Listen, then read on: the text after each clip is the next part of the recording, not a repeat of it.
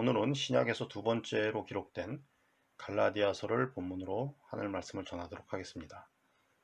지난주일 본문이었던 데살로니가 전서가 데살로니가 교회의 교인들을 대상으로 쓰여진 반면 갈라디아서는 특정 교회가 아니라 갈라디아 지역에 있는 여러 교회들이 돌려볼 수 있도록 쓰여진 서신입니다.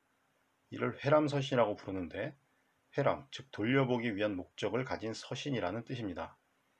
데살로니가 전서의 주요 관심사가 임박한 재림에 대한 기대와 준비였던 반면 두 번째 서신인 갈라디아서의 주요 관심사는 구원의 방법인데 이 역시 당시 상황의 반영이라고 생각할 수 있습니다.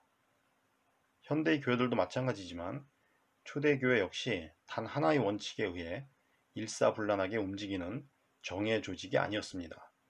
정경으로 인정된 네 복음서와 그 외의 여러 복음서들의 존재에서도 알 수 있듯이 다양한 신앙 공동체와 다양한 신학이 존재했습니다. 정통성을 확보하고 있던 예수의 직계 제자들 사이에서도 이처럼 다양한 입장이 존재했다는 사실을 생각하면 바울같이 뒤늦게 교회의 일원이 된 인물이 동일한 입장을 갖지 않았던 것은 오히려 자연스러운 일일 수 있을 것입니다. 문제는 바울이 일개 교인이 아니라 사도를 자처하는 인물이었다는 사실에서 비롯됩니다. 게다가 바울은 한때 사울이라는 이름으로 예수를 따르는 무리들을 핍박하던 사람이었으니 초대교회 지도부에서 그를 쉽게 받아들이기는 힘들었을 것입니다. 게다가 그를 사도로 인정하는 일은 더더군다나 어려운 일이었을 것입니다. 그래서 바울과 그의 활동을 둘러싸고 여러 갈등이 존재할 수밖에 없었습니다. 바울은 여러 서신을 통해 그런 문제에 대한 자신의 입장을 강변하는데 선교활동 초기에 기록한 갈라디아서에서는 그런 흔적을 자세히 살펴볼 수가 있습니다. 먼저 1장 첫 절은 자신의 사도직이 사람이 아니라 예수와 하나님으로부터 받은 것이라고 밝히고 있습니다. 1장 후반부에서는 자신이 사도가 된 내력을 밝히면서 자신이 전하는 복음 역시 사람이 아니라 예수로부터 받은 것임을 강조하기도 합니다. 그리고 2장에서는 예루살렘 회의에서 베드로와 자신이 유대인과 이방인에 대한 선교 책임을 각각 나눈 일과 안디옥에서 이중적인 태도를 보인 게바, 즉 베드로를 나무란 일에 대해 언급하면서 자신이 베드로 못지않은, 아니 어쩌면 그보다 더 강한 권위를 보유하고 있음을 분명하게 밝히고 있습니다. 이는 객관적인 사실이라기보다는 바울의 주관적인 입장일 가능성이 높지만 초대교회에 여러 다양한 흐름이 존재했음은 분명합니다. 즉 초대교회는 예루살렘 교회의 수장이었던 야고보와 여러 사도들을 중심으로 하는 한 축과 디아스포라, 특히 헬라화된 유대인들과 이방인들을 위한 교회를 대표하던 바울을 중심으로 하는 한 축이 존재했고 최소한 이 두 진영 간에는 신앙 노선으로 인한 갈등이 뚜렷하게 존재했습니다. 요즘으로 치면 NCC나 WCC 가입이나 동성애 문제, 타종교와의 대화 등과 같은 신학적 쟁점을 두고 갈등하는 것에 비교할 수 있겠지만 오히려 그보다 더 심각한 모습이었다라고 생각할 수 있을 것입니다. 각자 나름대로의 명분과 정당성을 기반으로 팽팽하게 대립하던 두 진영은 예루살렘 성전의 파기와 더불어 한쪽이 승기를 잡게 됩니다. 예루살렘 성전 파괴 이전 야고보, 베드로, 바울 등 주요 지도자들이 순교하고 다른 사도들도 하나둘 그 뒤를 따르게 되지만 그들의 제자 그룹 중 살아남은 쪽은 바울을 따르던 교회들이었습니다. 예루살렘 교회에 속하던 이들은 간신히 명맥을 유지하며 마가복음과 마태복음, 야고보서 등을 기록하면서 흔적을 남겼지만 초대교회 중심축은 바울의 지도를 받던 헬라파 유대인과 이방인 중심의 교회들로 이동했고 이후 많은 변화를 겪으면서 지금 우리가 알고 있는 기독교 교리의 대부분의 기초가 그들의 주장과 논리, 즉 신학의 기반에 만들어지게 됩니다. 갈라디아에서 강조하는 이신득의, 즉 믿음으로 의롭게 된다는 사상 역시 마찬가지입니다. 이는 앞에서 설명드린 대로 예루살렘 교회 지도자들이 강조하던 할례나 음식 정결법 등과 같은 율법의 준수 여부에 대한 바울의 대응책이라고 생각할 수 있습니다. 이런 점에서 볼 때 바울은 역사적 예수에 대해 알지 못했거나 관심이 없었고, 그래서 그의 주장이 예수의 가르침과 완전히 일치하진 않기 때문에 예수의 가르침을 변질시켰다는 비판을 받기도 하지만, 적어도 이 문제에서는 율법에 더 종속되기보다 율법의 본래 정신을 회복하려 했던 예수의 가르침에 더 가깝다고 말할 수 있을 것입니다. 그런 부분에 대해서는 앞으로 차차 살펴보기로 하고, 오늘은 갈라디아서의 중심 주제인 믿음의 강조가 정치적 경쟁, 대립관계에 있던 예루살렘 교회의 주장을 반박하기 위한 대응책이지, 사랑의 실천과 같은 예수의 가르침보다 우선하는 것은 아니라는 사실만 언급하도록 하겠습니다. 오히려 바울은 오늘 본문에서 육체의 행실에 상반되는 성령의 열매를 강조합니다.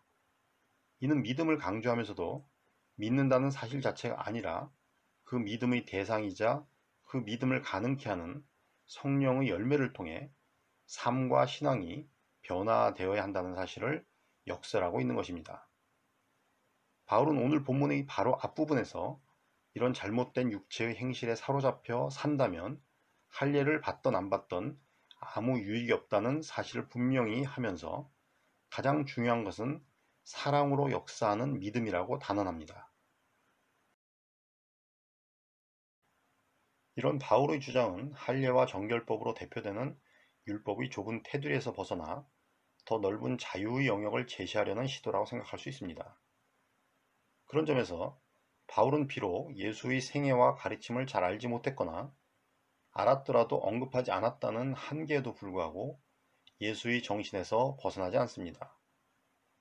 문제는 예수의 가르침을 불신지옥 예수천당이라는 황당한 구호로 왜곡시키듯 바울의 주장을 오직 믿음이라는 틀에 가둬 변질시키는 잘못된 해석들입니다. 그런 오해들이 쌓이고 쌓여 문자주의, 근본주의와 결합하면서 기형적인 모습으로 전락한 결과물이 오늘날 일부 또는 다수의 한국 개신교회들일 것입니다. 수많은 교회들이 비대면 예배를 드리면서 정부의 방역 지침에 적극 협조하고 있는 와중에 인터컵 선교회 소속 신도들 3천여 명이 BTJ 열방센터에 모여 1박 2일간 집회를 가졌다는 소식은 신천지와 전광훈 일파의 반사회적 행위에 대한 소식 못지않게 충격적입니다. 5인 이상 모여 식사도 못하고 결혼식과 장례식 같은 일륜지 대사에도 50명 이상 모이는 것이 금지되는 이 초유의 사태에서 모두가 이 길고 지루한 방역의 터널이 하루빨리 끝나기를 소망하며 개인과 집단의 불편함을 감수하는 것은 물론 생계까지 위협받는 어려움을 참아내고 있는데 3천여 명이나 되는 집단이 한꺼번에 모일 생각을 했다는 것은 집단적인 광기로밖에 해석할 수 없는 일입니다. 비록 인터컵이 이단으로 규정된 집단이긴 하지만 비기독교인들은 신천지와 개신교를 구별하지 못하듯 인터컵도 개신교의 한 일부라고 간주할 것입니다. 사실 인터컵의 뿌리는 요한계시록의 내용을 문자적으로 해석한 말세론과 예수 재림론을 주장하는 개신교 근본주의에 닿아 있습니다. 기독교 시온주의에 기반해 인터컵을 창시한 최바울 선교사는 코로나 백신을 맞으면 우리 DNA 조작이 가능하다거나 빌 게이츠가 투자한 것이 바로 DNA 백신이다. 백신을 맞으면 그들이 노예가 된다. 라는 황당한 발언을 통해 신도들을 현혹해온 것으로 알려져 있습니다.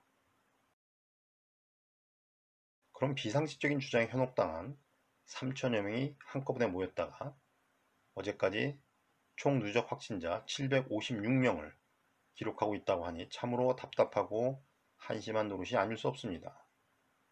게다가 34%에 해당하는 1016명은 검사조차 받지 않고 있어 그들 중 존재할 확진자로 인해 코로나가 전파될 수밖에 없다는 사실을 생각하면 그들이 예수의 이름을 팔아 전하고자 하는 메시지 본질이 무엇인지 궁금할 뿐입니다.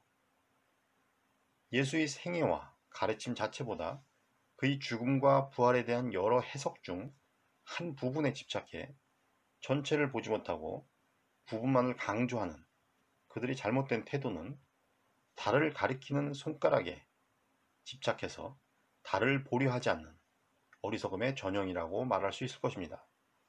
문제는 그런 일부의 잘못이 개신교 전체의 잘못으로 비춰질 수 있다는 사실입니다. 최근 한국기독교연구소에서 발행한 아인슈타인과 랍비라는 책을 보면 유대교의 여성 랍비인 나오미 레비가 위대한 과학자 아인슈타인이 한 랍비에게 보낸 편지를 추적하는 과정에서 자신이 새롭게 배운 유대 신비주의 전통을 자주 언급하고 있습니다. 그중 하나가 좁은 정신과 넓은 정신에 대한 것입니다. 좁은 정신은 말 그대로 편협하고 옹졸하며 왜소한 정신입니다.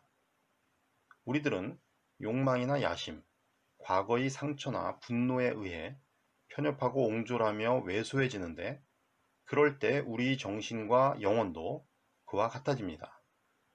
반면 우리 앞을 가리는 장애물이 사라질 때 우리 편협함과 옹졸함과 왜소함도 사라지고 우리 영혼과 정신도 그와 같아집니다. 그럴 때 우리는 삼라만상이 결국 하나임을 볼 수 있고 이웃과 주변의 사물을 연민 어린 눈길로 바라볼 수 있으며 우리가 그토록 자주 무시하는 아름다움과 이미 받은 축복을 알아차릴 수 있게 됩니다. 그리고 설사 장애물이 있더라도 장애물을 통해서 장애물 위로, 장애물 너머에 나 있는 길을 내다볼 수 있게 됩니다. 그런 다음 일치를 이루는 하나의 세계, 즉 모든 이분법적인 세계관에서 벗어난 세계관을 얻게 되는 것입니다. 갈라디아서를 비롯한 여러 서신에서 바울이 제시하는 입장은 율법이라는 좁은 틀에서 벗어나 하나님의 무궁무진한 사랑을 체험하는 자유로운 영혼으로 살아가라는 것입니다. 좁은 정신에서 벗어나 넓은 정신을 갖고 살아가라는 것은 예수의 가르침이기도 합니다. 그런데 많은 사람들이 여전히 아집과 편견의 늪에 빠져 헤어나오질 못하고 있습니다. 자신만이 옳다고 주장하며 다름과 다양성을 수용하지 못합니다.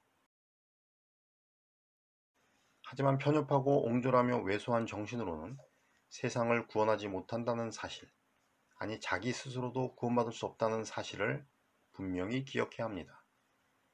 삼라만상이 결국 하나임을 볼 수 있는 넓은 정신을 가질 때 우리는 비로소 나의 구원과 세상의 구원을 소망할 수 있게 될 것입니다.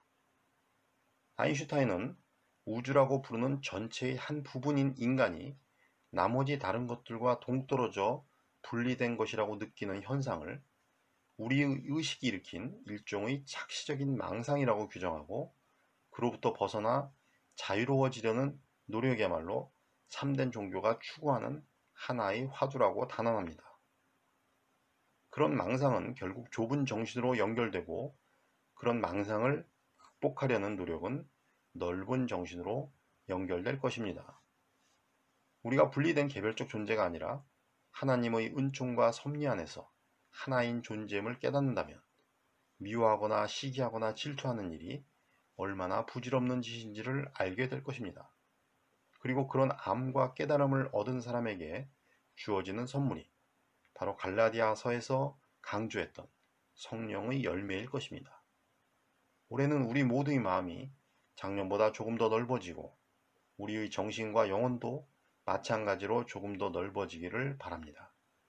그래서 편협하고 옹졸하며 왜소한 정신에서 벗어나 넓고 깊은 정신의 소유자가 되기를 소망합니다.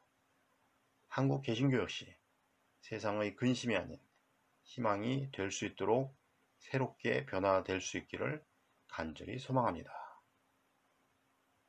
이상으로 설교 마치고 찬송가 312장 너 하나님께 이끌려 함께 부르시겠습니다.